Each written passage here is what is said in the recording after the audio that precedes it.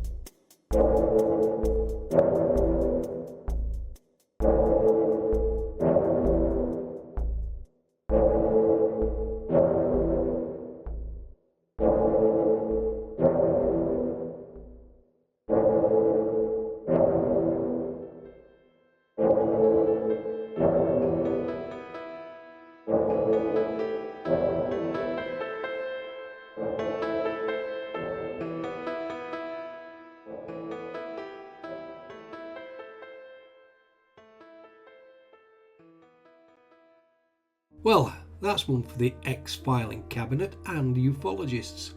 Milner Field is always described as being 1 mile northwest of Saltaire, like nothing else exists 1 mile northwest of Saltaire. So, for those of you who've never been there before, let's take a walk up there and have a good look around at what exists of the old Milner Field mansion, the once home of Titus Salt Jr.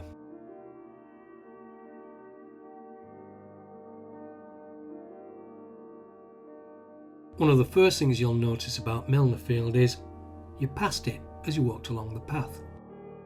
For some 80 years, nature has been reclaiming the area. Today, what remains of Milner Field lay amid mature trees and thick undergrowth. And when you have found the site, it is difficult to visualise what it was like back then. So let's take another look at the 3D model of the area. And here we have Milner Field Mansion, as it may have looked just over 100 years ago. The mansion was commissioned by Titus Salt Jr., the youngest son of Titus Salt, and it was completed in 1869 to the architectural plans of Thomas Harris. And as we can see, the house reflects the Gothic style of design that was very much in vogue at the time. Now, I did say we'd have a look around, so let's get started. Here, I'm in the conservatory, walking towards the orangery. Let me freeze the video for a moment. Here's a conservatory, and this is the orangery. Now, I'm not into breaking copyright law, so if you want to see pictures of these areas in their day, then get yourself a copy of The Lost Country House of Titus Salt Jr. by Richard Lee Van Den Dale and David Beale. Directly behind the orangery is a billiard room, and it was here on the 19th of November 1887 that Titus Salt Jr. was found collapsed and dying. He was aged just 44 years.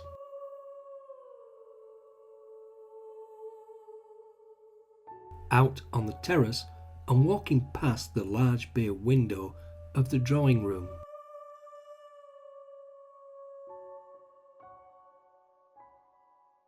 Here, a pathway has been bulldozed through the building rubble, which used to be the heart of the building, through the big doors to the anteroom, passing the drawing room on the left and the library on the right.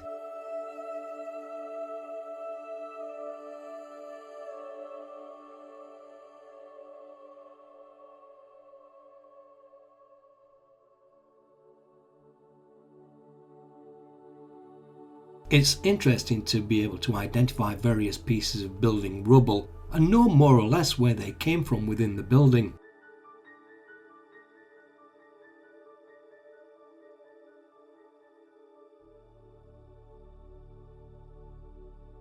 And here we have the remains of the kitchen and utility rooms.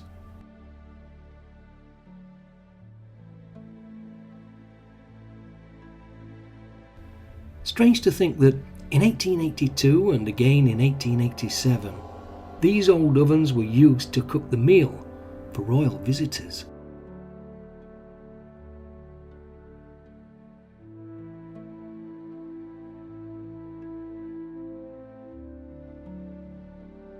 This next part does take a leap of the imagination to visualise. This single pillar shrouded in ivy is all that remains standing of the main gate. Tantalising remnants of the gate's stone outer facing lay strewn about the area, still bearing their mason's mark. In this section, I'm walking over to about this spot.